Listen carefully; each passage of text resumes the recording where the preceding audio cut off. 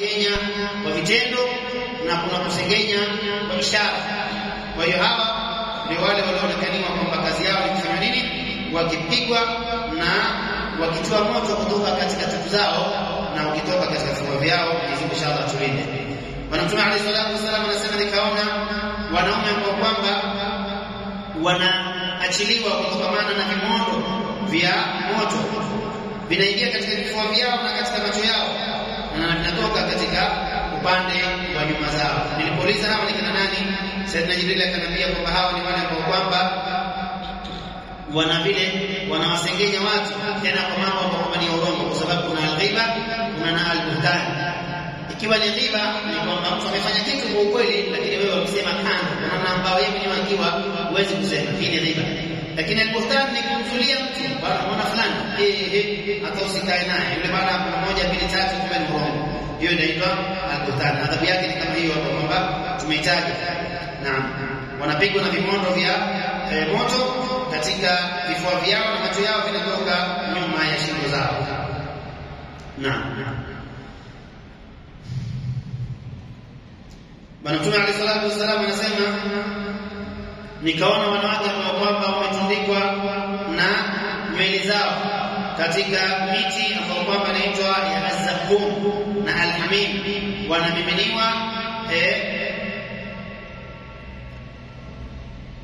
wanamiminiwa moto juu yao mpaka nyama zao zayayuka na kumiminika, wal-iyadhu billahi tabaraka wa taala.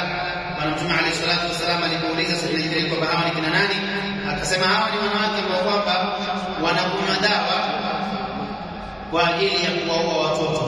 Yani unakunywa dawa ili usipate maana mtoto ashakuwa tumboni na ishafika wakati kwa mtoto ashakuwa sawa, unameza dawa kwa ajili ya kufanya nini? Usizae na mtoto afe. Isiende katika masala ya kumlaki kupanga kizazi. Masala ya kupanga kizazi yanakuwa zake. Lakini hii hapa ni wale ambao wanakunywa dawa kwa ajili ya kuua watoto. Yule mama ambaye kwamba yule dawa asipate mimba, yule haui mtoto. Mwenye kuua mtoto ni yule ambaye kwamba mtoto tayari ashaingia katika tumbo, yeye anakunywa dawa ili atoke na asizae. Naam. Anafanya jambo kama hilo kwa ajili ya kugombea madhara ya mtoto na kwa ajili ya kugombea mashrab, yani chakula, na kwa ajili ya malezi.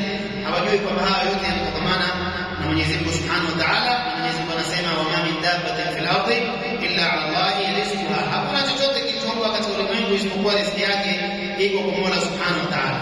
Bwana Mtume alayhi salatu wasallam anasema nikaona wanawake ambao kwamba wamefungwa na vifungo ambao kwamba ni kamba za kutokana na moto.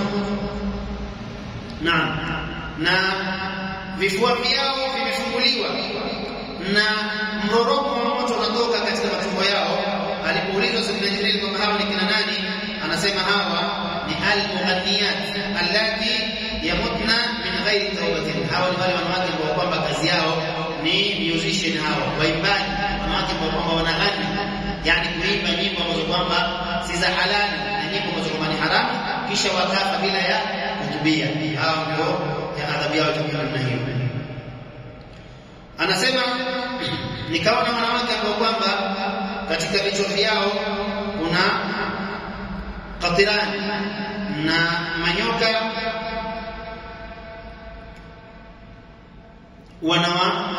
wanaouma.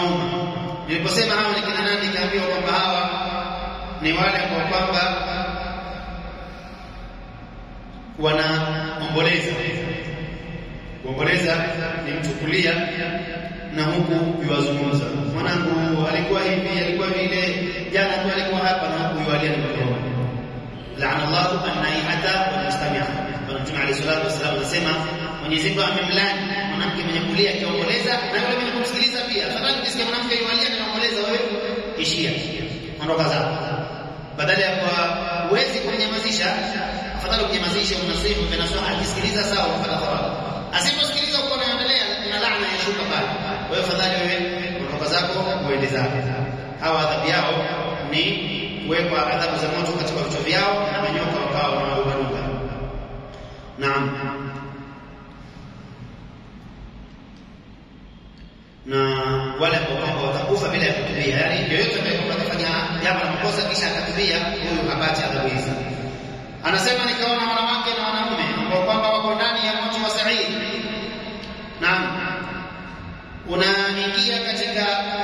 zao moto na unatoka katika vifua vyao. Nilipuuliza kwa hawa ni kina nani?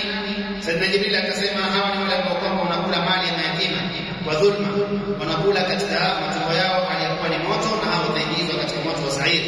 Nikaona watu ambao kwamba wananyweshwa kutokana na usaha na damu, kila ikiingia kitu katika matumbo yao ngozi zao hupasuka, kisha wanarudi vile vile kama walivyokuwa. Nilipouliza kwamba hawa ni kina nani, nikaambiwa kwamba hawa ni wale ambao wanakula riba, wale iyadhu billahi tabaraka wa taala, ugonjwa ambao kwamba umeenea kwa sasa 90% watu wanakula riba. Mwenyezi Mungu inshallah atulinde.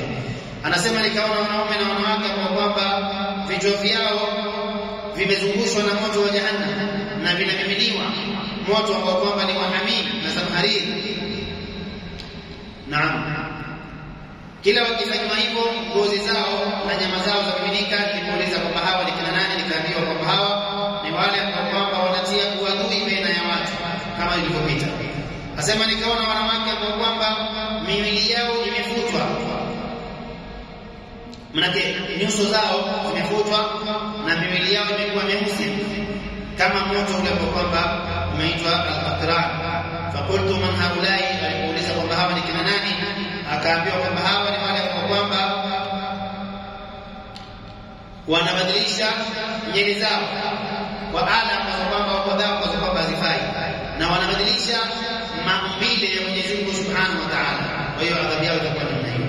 Asema nikaona moto na adhabu za moto na saburi za moto ambazo kwamba ni kubwa, hawezi manake mawe hayawezi adhabu hizo ambazo kwamba nimeziona, wala vyuma vile vile haviwezi kuona, haviwezi kuhammal adhabu hiyo. Naam, asema ndani yake nikaona mambo tofauti. Anasema Mtume alayhi salatu wasalam, ikaniingia utisho na kicho ndani ya moyo wangu kwa udhaifu wa moyo wangu namna walivyo. Mara nikaona kwamba wengi wa watu wa motoni na adhabu zilizoziona na shida zilizoziona za moto, wengi wao watakuwa ni wanawake, waliaadhu billahi tabaraka wa taala. Kisha mlango ukafungwa. Usisahau kwamba tulikuwa katika mlango wa moto ambao Mtume alayhi salatu wasallam alimuuliza nani? Al-Khazi, mshika moto amfungulie mlango, ndio ukafunguliwa. Nasema kisha mlango ukafungwa na ukarudi kama ulivyokuwa. Nikaangalia katika wingu wa tano na viliomo ndani yake kutokana na maajabu. Kisha malaika wakapiga safu, nikatangulia nikawaswalisha raka mbili kama tulivyotangulia, kisha tukapanda katika wingu wa sita. Tukome hapa, kesho tuendelee. Tuendelee ama tukome kesho tuendelee? Na watu watapata mbali. Haya, wacha tumalize safari ya mbinguni. Inshallah tukikoma wingu wa saba, ile safari ya huko nayo pia ni ndefu. Anasema Mtume alayhi salatu wasallam, tukapanda mpaka katika wingu wa sita, na baina ya wingu wa sita na wingu wa tano ni kama tulivyosema kuna maneno wa miaka 500. Tukabisha mlango, tukaulizwa kama kawaida, na Jibril naye akajibu kama kawaida. Tukafunguliwa mlango, tukaingia tukaona mbingu ambayo kwamba imeumbwa au imetengenezwa na al-yaqut, ambayo kwamba ni yaqut ya kijani. Hii mbingu jina lake inaitwa al-Khalisa. Tukaona ndani yake viumbe vya Mwenyezi Mungu Subhanahu wa Ta'ala. Katika viumbe tulivyoviona tukaona malaika ambao kwamba ni mkubwa, amekaa katika kiti cha nuru. Upande wake nusu ni barafu na upande wake nusu ni moto. Nasema moto hauzimi barafu wala barafu, au moto hauyamishi barafu wala barafu haizimi moto. Naam.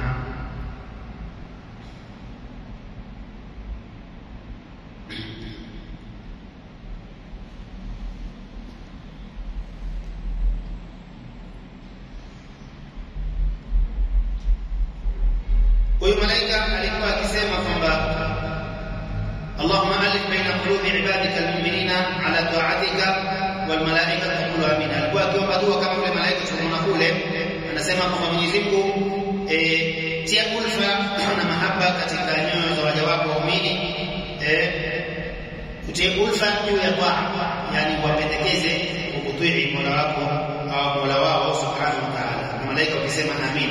Sayyidina Jibril aulizwa na Mtume alayhi salatu wasallam, huyu ni nani? Anamwambia huyu ni malaika ambao Mwenyezi Mungu Subhanahu wa Ta'ala amemwakilisha katika mambo ya mbingu, na yeye ni malaika ambao kwamba ana nasaha zaidi kwa umma wako, anawaombea dua kwa hii dua mpaka siku ya Kiyama. Kisha anasema Mtume alayhi salatu wasallam, nikatangulia nikamsalimia na akanirejeshea salamu, akanambia marhaban bi habibi rabbil alamin, pongezi au karibu kipenzi wa viumbe vyote.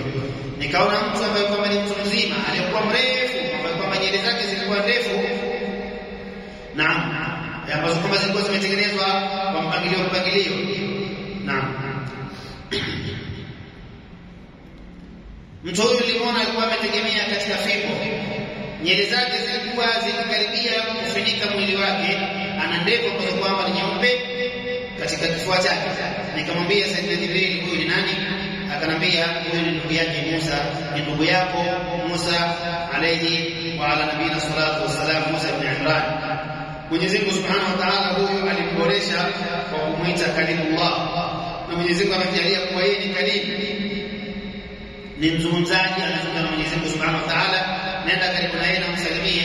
Anasema Rasulullah alayhi salatu wasallam, nikakaribia na nikamsalimia, akaniangalia na akawa anasema, Bani Israeli wanadai kwamba mimi ni bora wa viumbe wa Mwenyezi Mungu. Nabii Musa anasema, Mtume alayhi salatu wasallam anasema, nikienda kwa Sayyidina Musa akawa anasema maneno haya kwamba Bani Israeli wanadai kwamba mimi mtume wao Musa ni bora wa viumbe wa Mwenyezi Mungu Subhanahu wa Ta'ala, na huyu sasa namuona kwamba yeye ni mtukufu kuliko mimi kwa Mola wake Subhanahu wa Ta'ala.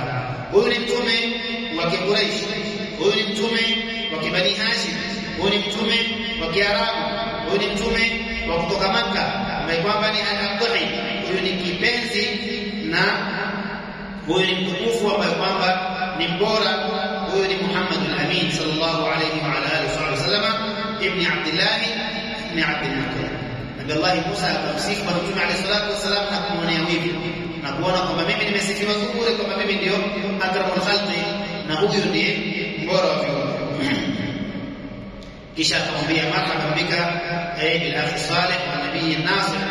Kisha Mtume alayhi salatu wasallam akasema, Sayyidina Musa akaniambia dua mimi na umma wangu kwa khairi na baraka. Kisha malaika wakapiga safu na nikawaswalisha raka mbili kwa mila ya Sayyidina Ibrahim.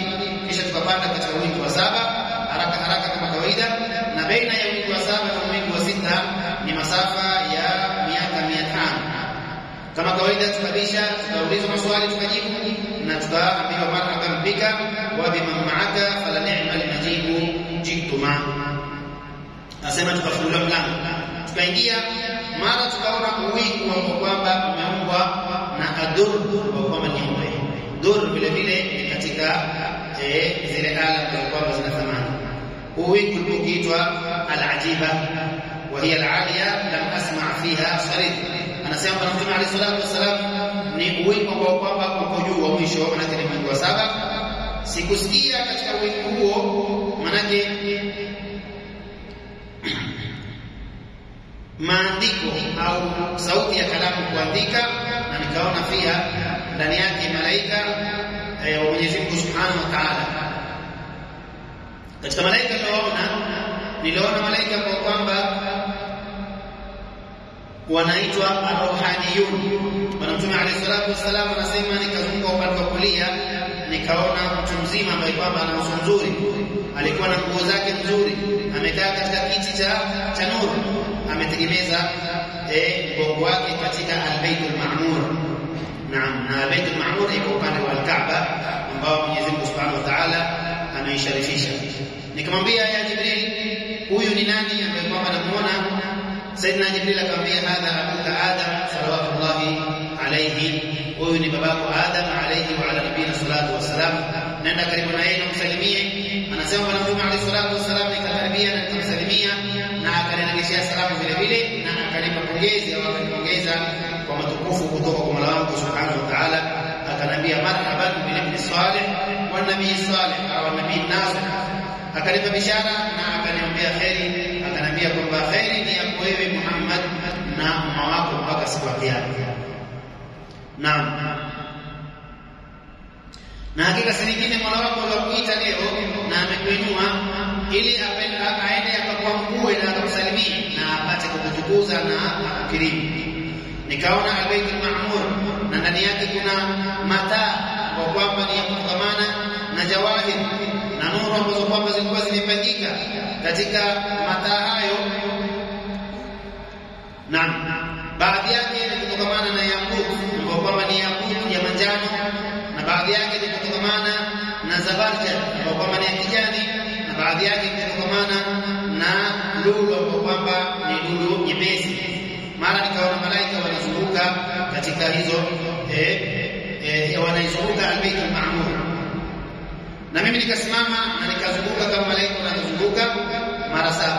Nikawaambia wale malaika, nyinyi mna muda gani ambao mko hapa mnaizuru hii nyumba? Wakasema tuko hapa kabla ya Mwenyezi Mungu Subhanahu wa Ta'ala hajamuumba babako Adam kwa miaka 2000. Kila siku nyumba hii inazuriwa na inatembelewa na malaika 100,000 anasema inazuriwa na malaika milioni 100,070, milioni 100,070 au milioni 1,070. Kila siku wanakuja malaika hao na wanazuru nyumba hii,